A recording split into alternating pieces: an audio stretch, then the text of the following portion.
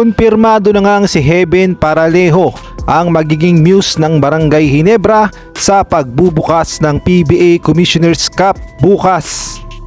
Alam naman nating lahat na tradisyon na talaga sa PBA na kapag nagbubukas ang isang season ay hindi talaga mawawala ang mga muse sa mga PBA teams. Kaya naman ang SMC ay pinili nga itong si Miss Heaven Paralejo upang maging muse ng Barangay Ginebra sa pagbubukas ng PBA season sa Commissioner's Cup.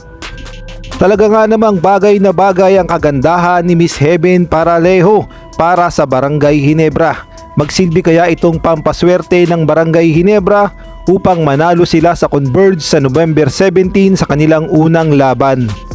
At bukod nga kay Miss Heaven Paralejo ay hindi nga magpapakabog ang mga PBA teams dahil meron din silang mga muse sa pagbubukas ng PBA Commissioner's Cup bukas. Kaya naman ating kilalanin kung sino-sino ang mga muse ng mga PBA teams. Unahin na nga natin sa Magnolia Templados Hotshot, si Julian San Jose nga ang kanilang muse. Si Frankie Russell naman sa San Miguel Beermen. Angel Santos, Northport, Batang Pierre. Mary Jane N. Cabu, Rain or Shine. Yena Yeskela, Fujimoto, Converge Fiber Xers. Yuki Takahashi, Phoenix Super LPG. Kaisen de la Serna, Meralco Bolts.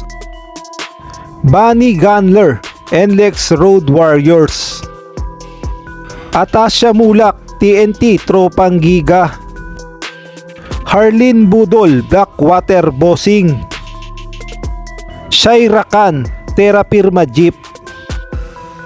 Sa ibang balita naman, kahit nga walang Justin Brownlee muna ang Barangay Ginebra, ay masasabi nga natin na ang Barangay Ginebra ang isa sa may pinakamalakas na lineup ngayon sa Commissioner's Cup dahil nga sa mga nangyaring tune-up game ng Barangay Ginebra ay wala nga silang talo at lahat ng kanilang tune-up game ay kanilang naipanalo. At nung mga nauna nga nilang tune-up game ay wala pang ang import ng Barangay Ginebra. Full local effort ngunit panalo pa rin sila sa kanilang tune-up game at nung pumasok pa si Tony Bishop ay lalong lumakas ang Barangay Ginebra.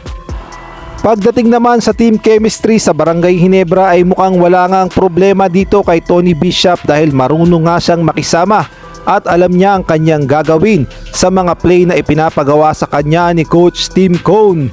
Kaya naman kahit na ilang linggo pa lang niyang kasama ang Barangay Ginebra ay kabisado niya na ang mga galawan ng mga players. Kaya naman hindi na nga nahirapan ang mga Barangay Ginebra players na mag-adjust dito sa kanilang bagong import na si Tony Bishop. At bukod nga kay Tony Bishop ay maganda rin ang team chemistry ng bagong kabarangay na si Maverick Ahan Misi. Mataas nga ang expectation sa kanya ng mga Barangay Ginebra fans na tutulungan niya ang Ginebra na muling makuha ang kampyonato sa Commissioner's Cup. Maganda rin daw ang inilalaro ng rookie ng Barangay Ginebra na si Donald Gamaru. Napakaganda raw itong maging pamatay sunog ng Barangay Ginebra sa Commissioner's Cup. Kaya naman abangan na lang natin ang magiging performance ng Barangay Ginebra sa Commissioner's Cup, partikular na sa kanilang bagong import na si Tony Bishop.